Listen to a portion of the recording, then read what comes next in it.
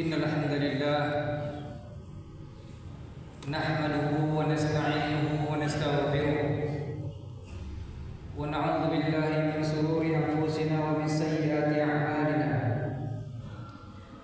May yahdihillahu fala mudilla lahu wa may yudlil fala hadiya lahu. Asyhadu an la ilaha illallah wahdahu la syarika lahu wa asyhadu anna Muhammadan 'abduhu wa rasuluh.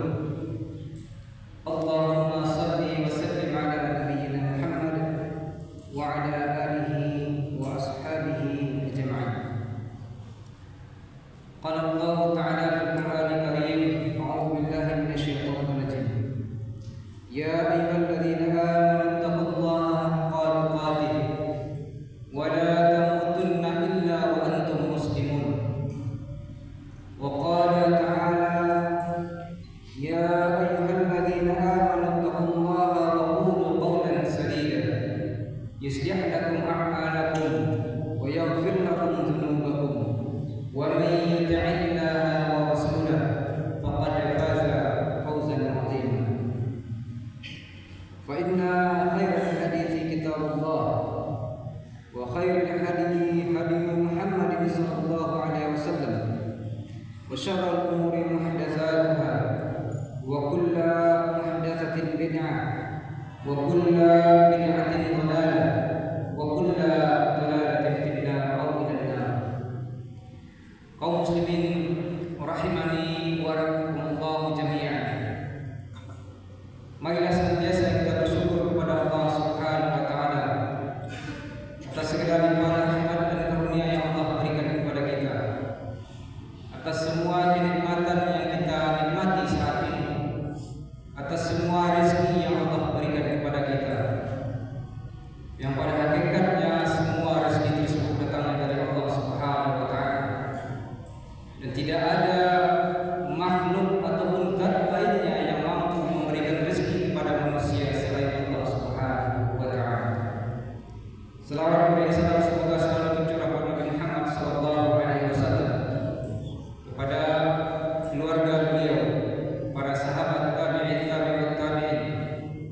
dan tentunya kita sangat berharap syafaat itu sampai kepada kita selaku umatnya hingga yaumil akhir.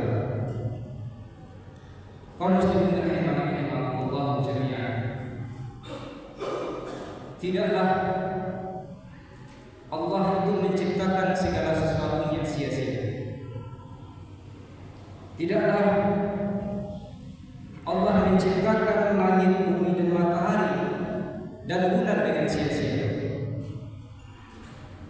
dengan tidak ada maksud dan tujuan. Tidaklah Allah menurunkan hujan dengan tidak ada tujuan maksud tertentu. Tidaklah sia-sia Allah menumbuhkan pepohonan, mengalirkan sungai-sungai, membentangkan lautan yang begitu luas dengan berbagai macam isi di dalamnya. Tidaklah sia-sia Allah menciptakan bukit, gunung-gunung yang berdiri kokoh. Begitu juga tidak sia-sia Allah menciptakan manusia, menciptakan makhluk yang sempurna di antara makhluk-makhluk Allah lainnya. Kaum muslimin rahimakumullah, manusia dengan fitrahnya yang suci dan akalnya yang sehat pasti akan bertanya tentang hakikat dirinya dan benda-benda yang ada di sekitarnya. Dari mana dirinya datang, kemana ia akan menuju, dan untuk apa dia diciptakan oleh Allah Subhanahu wa taala. Allah Subhanahu wa taala dengan kuasa dan ilmunya menurunkan kitab suci dan para utusan untuk memberikan jawaban secara gamblang atas pertanyaan-pertanyaan tersebut. Pertanyaan yang pertama, dari manakah manusia itu berasal, atau dari manakah makhluk-makhluk yang ada di muka bumi ini berasal? Tentulah jawabannya seluruh manusia berasal dari Allah Subhanahu wa taala. Dalam arti bahwasanya Allah yang menciptakan dan menghidupkan mereka dari asalnya yang tidak ada. Sebagaimana yang Allah firmankan dalam surat Al-Insan ayat 1 dan ayat 2, yang artinya, bukankah telah datang atas manusia satu waktu dari masa, sedang ketika itu ia belum merupakan sesuatu yang dapat disebut. Sesungguhnya kami telah menciptakan manusia dari setetes mani yang bercampur yang kami hendak mengujinya dengan perintah dan mengujinya dengan larangan. Karena itu kami jadikan dia mendengar dan melihat. Pertanyaan yang kedua, kemanakah manusia itu akan menuju? Tentunya semua makhluk yang ada di muka bumi ini akan menuju kembali kepada Allah Subhanahu wa taala. Begitu juga manusia ini akan dikembalikan kepada Allah Subhanahu wa taala. Dimulai dari kematian sampai nanti ketika hari kiamat datang. Dalam artian bahwasanya ketika kembali kepada Allah Subhanahu wa taala, kita kembali untuk mempertanggungjawabkan semua perbuatan kita selama di atas dunia. Kita mempertanggungjawabkan rekam jejak kita selama di dunia. Sebagaimana yang Allah firmankan dalam surah Al-Maidah ayat ke-105. Illallahi marji'ukum jami'an fayunabbi'ukum bima kuntum ta'malun. Hanya kepada Allah kamu kembali semuanya. Maka Dia akan menerangkan kepadamu apa yang telah kamu kerjakan. Dalam surat At-Taubah ayat 94, Allah Subhanahu wa taala berfirman, "Tsumma turadduna ila 'alimil ghaibi wasyahada." Kemudian kamu dikembalikan kepada yang mengetahui yang gaib dan yang nyata. Fayunabbi'ukum bima kuntum ta'malun. Lalu Dia memberitahukan kepadamu apa yang telah kamu kerjakan. Yang ketiga, untuk apa manusia diciptakan oleh Allah Subhanahu wa taala di muka bumi ini? Tentunya manusia diciptakan oleh Allah Subhanahu wa taala adalah untuk beribadah kepada Allah. Mereka hidup di dunia yang fana ini dalam arti taat dan mengikuti petunjuk Penciptanya, mengerjakan perintah-perintahnya dan menjauhi larangan-larangannya. Dengan tegas Allah Subhanahu wa taala menerangkan dalam surat Az-Zariyat ayat 56, "Wa ma khalaqtul jinna wal insa illa liya'budun." Kata Allah, tidaklah aku ciptakan jin dan manusia kecuali untuk beribadah kepada Allah Subhanahu wa taala, kecuali untuk menyembah hanya kepada Allah Subhanahu wa taala.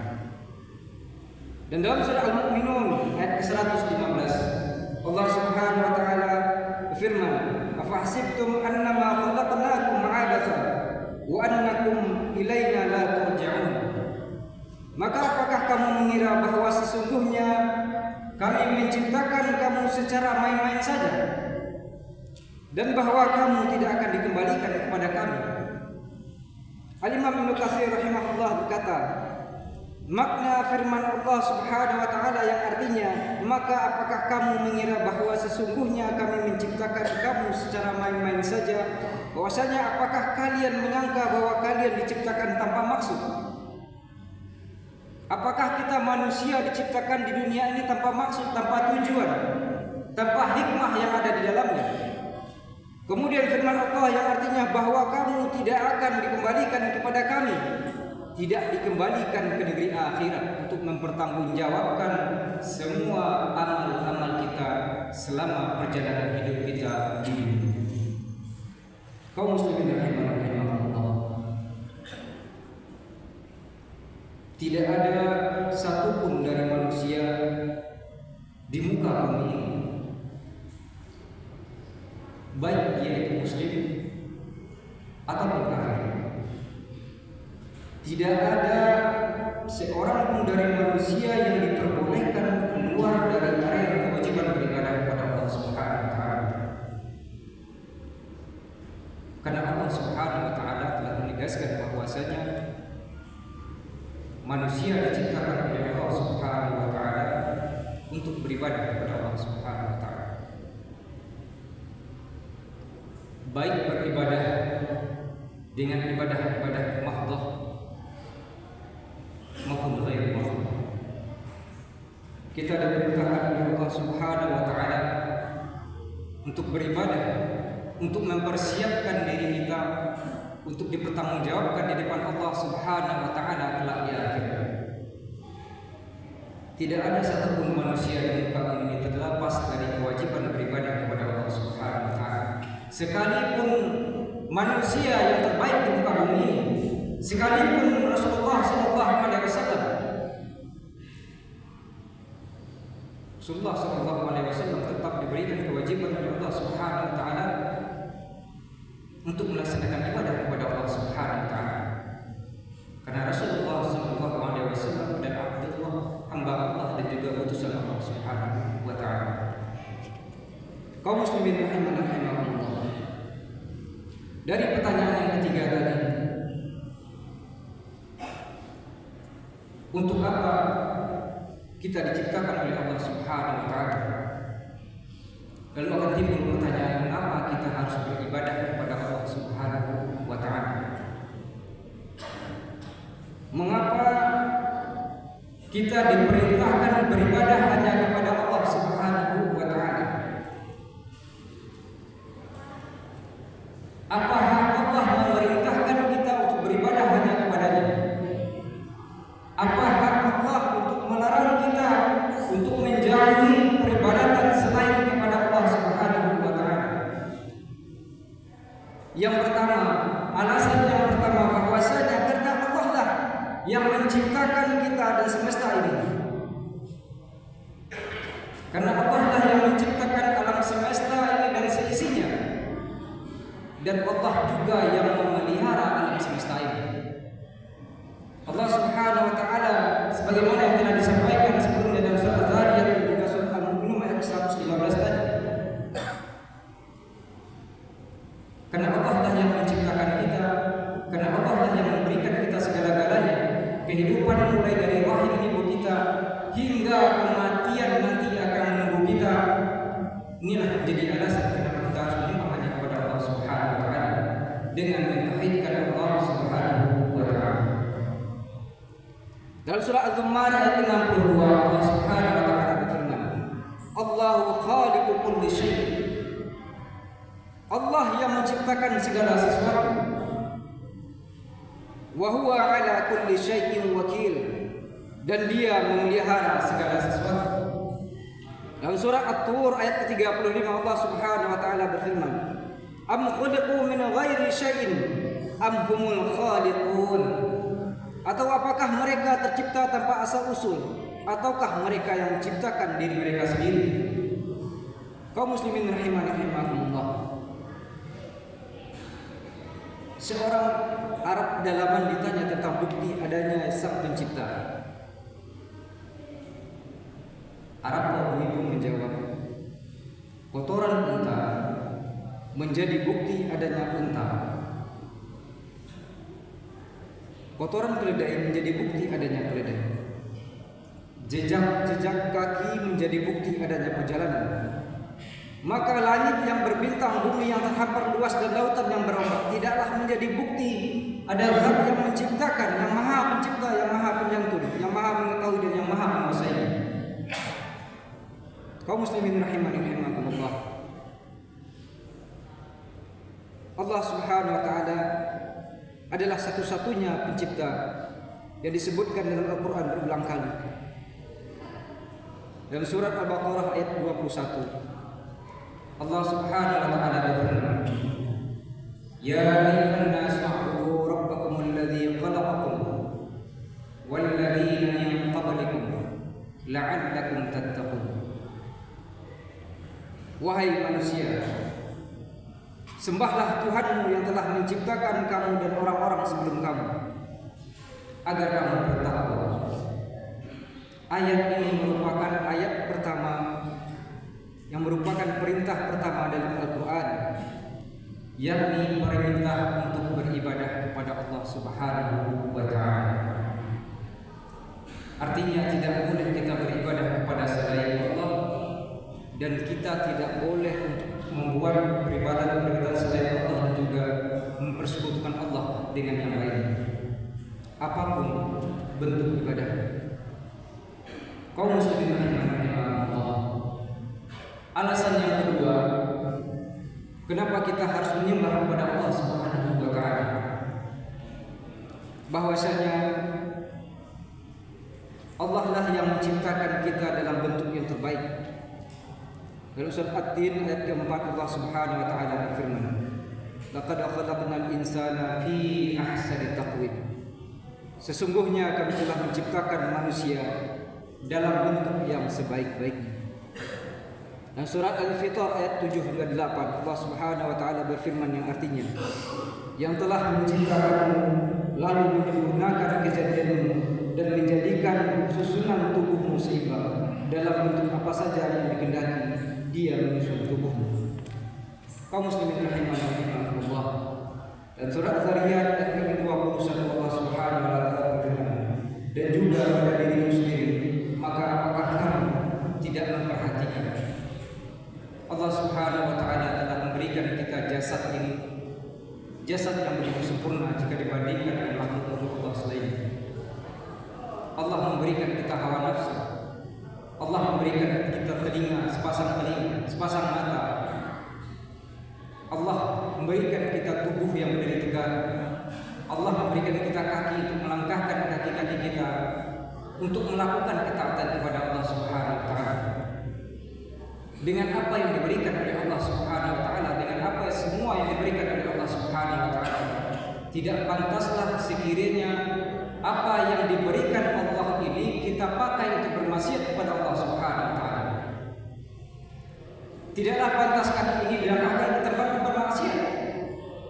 Tidaklah pantas tangan-tangan ini dilakukan untuk melakukan perbuatan maksiat. Dan juga anggota-anggota tubuh lainnya. Maka marilah kita senantiasa berusaha semaksimal mungkin, sekuat tenaga kita untuk menggunakan waktu yang Allah berikan kepada kita ini, jasad tubuh yang Allah berikan kepada kita ini, sebelum kematian memanggil kita untuk melakukan ketaatan kepada Allah Subhanahu wa taala. Aqulu qawli hadza astaghfirullah li wa lakum.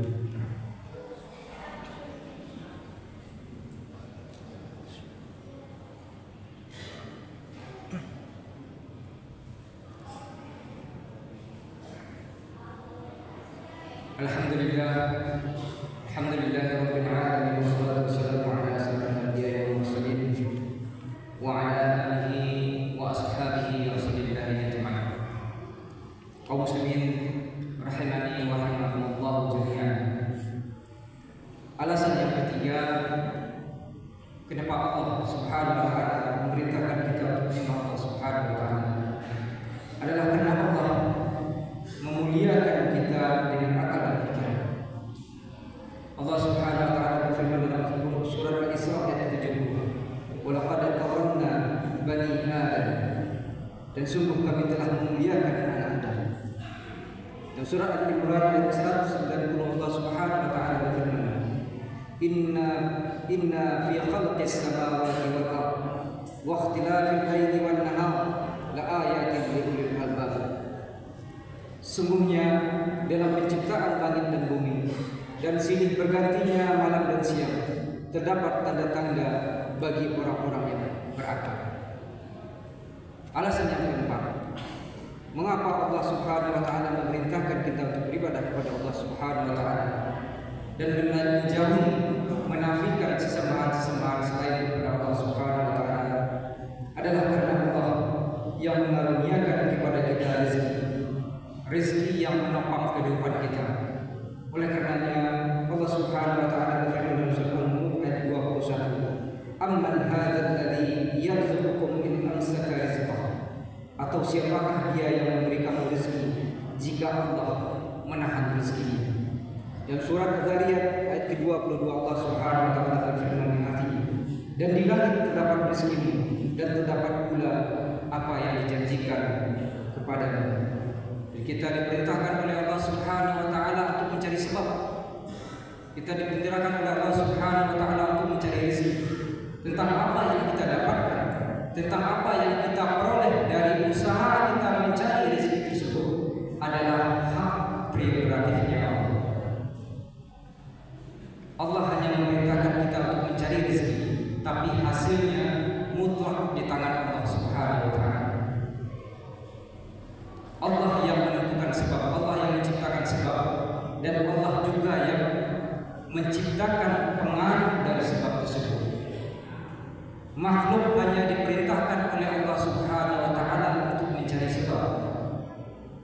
mendatangkan rezeki, kita mencari sebab mencari rezeki,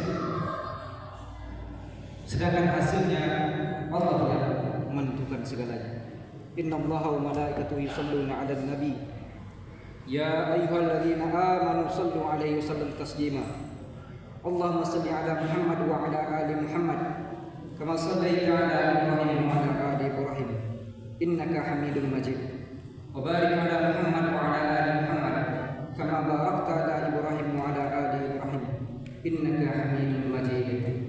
Allahumma ighfir lil muslimina wal muslimat wal mu'minina wal mu'minat al ahya'i minhum wal amwat innaka sami'un qarib.